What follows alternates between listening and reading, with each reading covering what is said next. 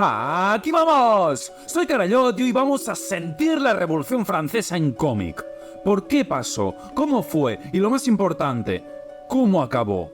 Veremos curiosidades entre medio. ¡Vamos! Tantos impuestos desmesurados, una aristocracia sin límites de poder y un rey Luis XVI sin preocupación por su pueblo llevaron al caos. Además, grabaos esto, una revolución solo es viable cuando hay mucha gente que no tiene nada que perder. Y eso pasaba en Francia. Campesinos se morían de hambre entre miseria, además de haber sufrido malas cosechas en los últimos años. Y la Ilustración, movimiento intelectual innovador, hacía dudar del antiguo régimen. Así que en 1788 el tercer estado propone una asamblea nacional para debatir esta situación económica tan desastrosa. Luis se arrepentirá de permitir esto. En 1789 se convocan estados generales y llega el punto más polémico, los votos. El pueblo quería un voto por representante y no por estamento. No llegaron a un acuerdo y enfadados constituyen la Asamblea Nacional, donde solo participa el mismo pueblo. Antes de empezar la revolución, el 20 de junio de 1789 hicieron un juramento. Bajo ningún concepto se separarían hasta que Francia tuviera una constitución. Y así fue.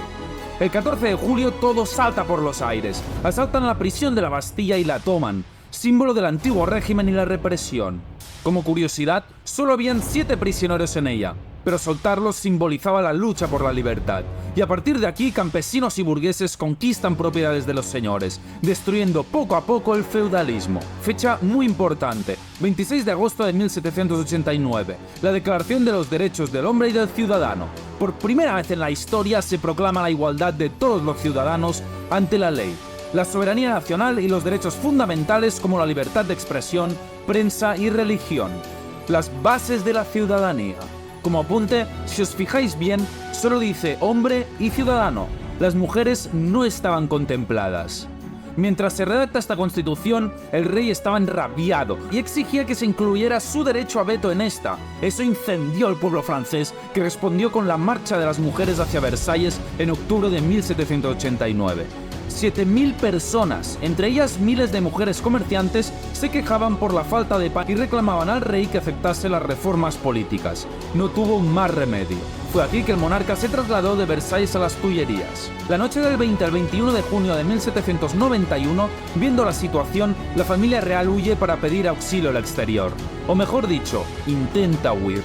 En uno de los controles revolucionarios son descubiertos. ¿Cómo? Las monedas. El centinela reconoce su cara en una moneda. Lo identifican y lo devuelven a París. Justo aquí empezarán a destacar los jacobinos, un grupo que defienden la idea de una república fuerte, con gran influencia del Estado. Los diputados de la Asamblea Legislativa estaban divididos. A la derecha del presidente los Follans, más conservadores, y a la izquierda los jacobinos, más radicales. Así se formó la idea de derechas y izquierdas actuales. Pero había un problema, y serio. Prusia y Austria habían declarado la guerra a la revolución y se dirigían hacia aquí con sus ejércitos. En ese momento surge una rama de los jacobinos, los girondinos. Defendían que primero había que eliminar la amenaza para poder continuar con el proceso. Primero la guerra.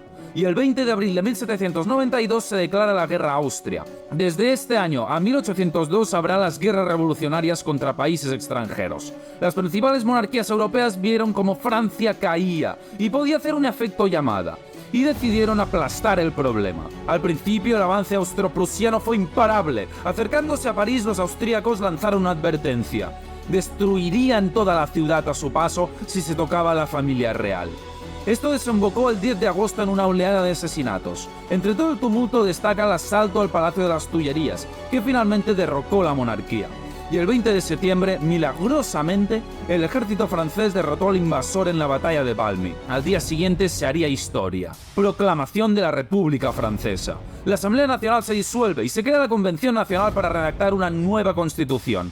Pero, ¿y qué pasa con Luis XVI? ¿Qué se hace con un símbolo de la opresión?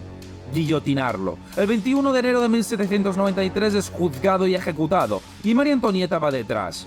Este hecho es visto por Europa como ya una catástrofe, y España, Inglaterra y Holanda se alían contra el país francés. Tras la caída de los Follans, los girondinos moderados y los jacobinos, facción radical, liderados por Robespierre, estaban enfrentados. Todo acabó con la caída de los primeros, el 2 de junio de 1793, cuando la Guardia Nacional y 80.000 revolucionarios rodean el Palacio de las Tullerías. son arrestados y ejecutados, y se coronan los jacobinos. Este conflicto dividió en dos el imparable avance de la República. Para solucionar este problema se creó el Comité de Seguridad Pública, que básicamente asumió el control ejecutivo total. Aplastaron todas las guerras civiles y mantuvieron a raya a los ejércitos extranjeros. Aquí empieza el reinado del terror. De septiembre del 93 a julio del 94, 16.000 ejecuciones, miles de arrestos y una paranoia contrarrevolucionaria constante. El enemigo ya no eran las clases altas, cualquiera podía ser culpable. Pero cuidado, porque Robespierre empezaba a acumular demasiado poder. Y no podía ser. Decidieron derrocarlo el 28 de julio del mismo año y es ejecutado. A partir del 94 se instaura el Termidoriano, un gobierno decidido a borrar todo vestigio del terror jacobino. Estos últimos intentaron retomar el poder pero no lo consiguieron y fueron aplastados. Igual resultado con una revolución monárquica. Y en 1795 se redacta la nueva constitución, que lleva el Directorio, última etapa de la revolución. De mientras los ejércitos franceses hacían retroceder la coalición anglo-hispano-holandesa. Entre todos los soldados luchando arduamente destacó un general llamado Napoleón Bonaparte, por su brillantez en la estrategia y en la batalla. El 9 de noviembre de 1799 da un golpe de estado y acaba con un directorio que no era querido. En 1800 es coronado emperador. Si te ha gustado el vídeo, demuéstramelo suscribiéndote y dándome un buen like. ¡Hasta la próxima historia!